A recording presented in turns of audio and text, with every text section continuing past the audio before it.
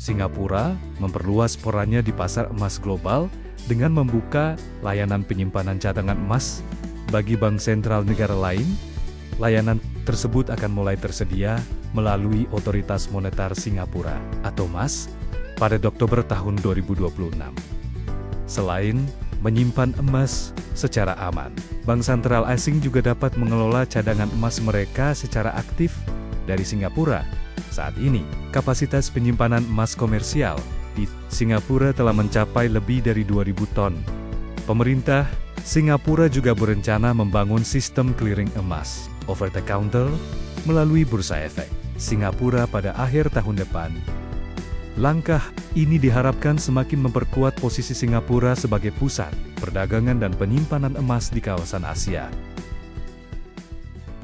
Manajemen menegaskan bahwa pembagian dividen menunjukkan kondisi keuangan perseroan yang sehat dan solid dan fundamental bisnis yang kokoh.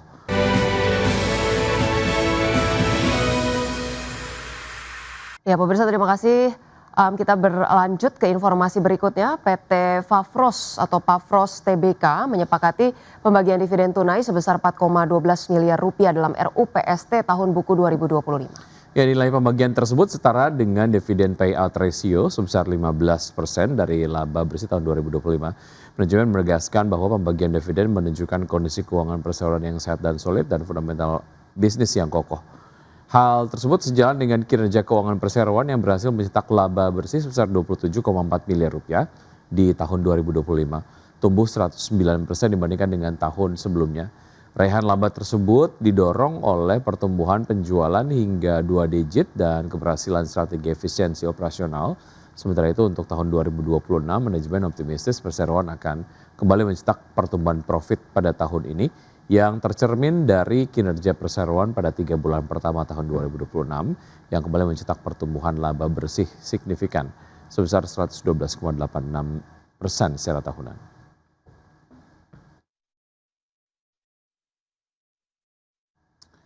PT Bakri and Brothers Tbk atau BNBR mencatatkan kinerja positif sepanjang tahun 2025 di tengah tantangan ekonomi global. Ya, melalui pengembangan infrastruktur, kendaraan listrik, energi hijau, hingga teknologi konstruksi modern, BNBR optimistis menjaga pertumbuhan bisnis keberlanjutan.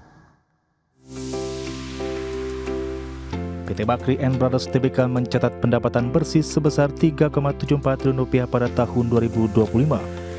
Meski turun 3% dibandingkan tahun sebelumnya, laba bersih perusahaan justru melonjak hampir 50% menjadi 503 miliar rupiah. Kontribusi terbesar berasal dari bisnis manufaktur baja BMI Group, disusul bisnis kendaraan listrik VKTR serta infrastruktur melalui BIN Group. Di sektor infrastruktur, BNBR melalui pengelolaan tol Cimanggis-Cibitung mencatatkan rata-rata volume lalu lintas lebih dari 40.000 kendaraan per hari dengan pendapatan sekitar 2,3 miliar rupiah setiap hari. Sementara itu, bisnis infrastruktur digital makin berhasil meningkatkan pendapatan hampir 15% serta memperluas jaringan fiber optik dan layanan teknologi digital berbasis AI dan IoT. Pada industri kendaraan listrik dan energi hijau, VKTR terus memperkuat posisinya sebagai pemasok bus listrik rakitan dalam negeri bagi Transjakarta dengan tingkat komponen dalam negeri di atas 40%. BNBR juga mengembangkan PLTS atap stasiun pengisian kendaraan listrik serta teknologi konstruksi cetak 3 dimensi sebagai bagian dari strategi bisnis berkelanjutan. Berbagai sumber untuk IT Action.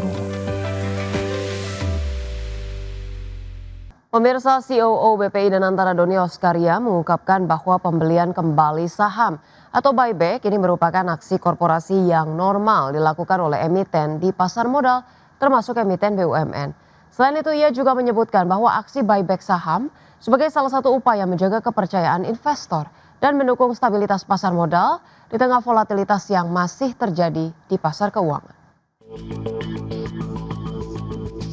Chief Operating Officer BPI Danantara Doni Oskaria mengungkapkan bahwa pembelian kembali saham atau buyback merupakan aksi korporasi yang normal dilakukan emiten di pasar modal, termasuk emiten BUMN. Terlebih ketika valuasi saham dinilai terlalu rendah dibandingkan fundamental perusahaan. Menurut Doni, langkah buyback justru menjadi pilihan yang menarik bagi perusahaan dibandingkan menempatkan dana pada instrumen lain. Pihaknya menilai saham-saham BUMN saat ini didukung fundamental yang kuat, mulai dari sektor perbankan, pertambangan, hingga infrastruktur. Sehingga menurutnya tidak mengherankan apabila perusahaan mempertimbangkan buyback ketika harga saham belum mencerminkan nilai intriksinya.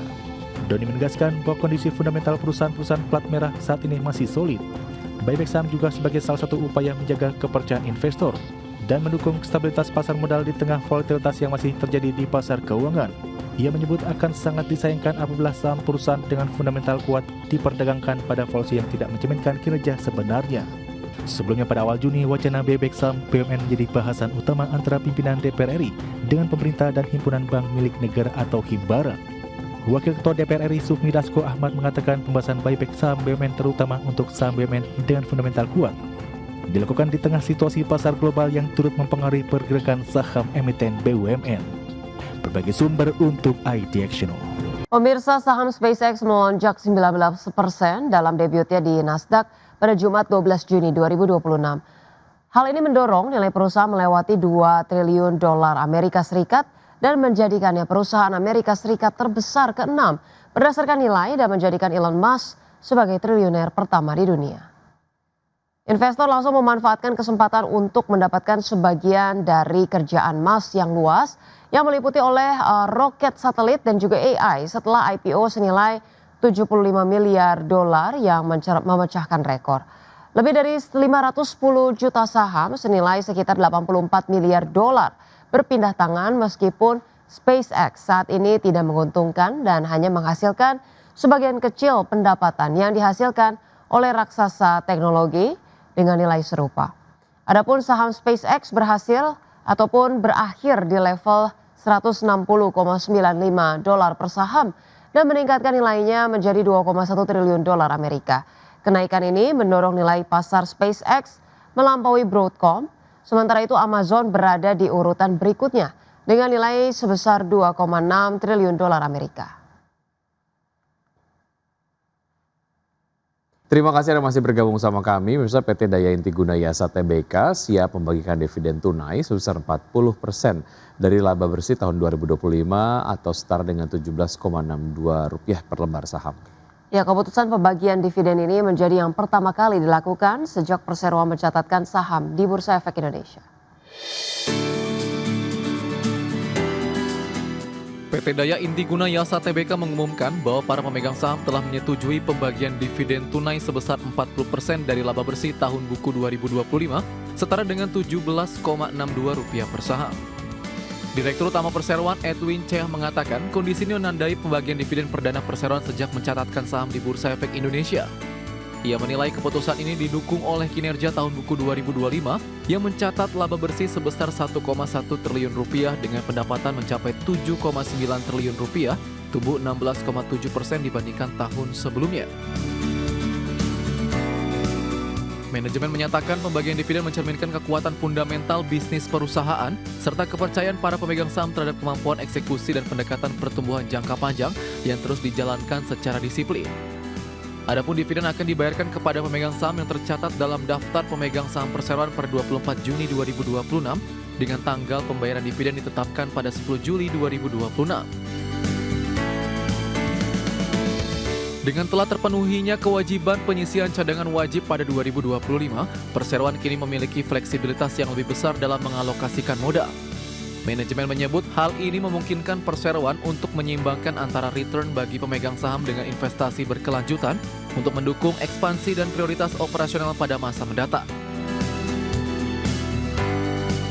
Berbagai sumber IDX Channel.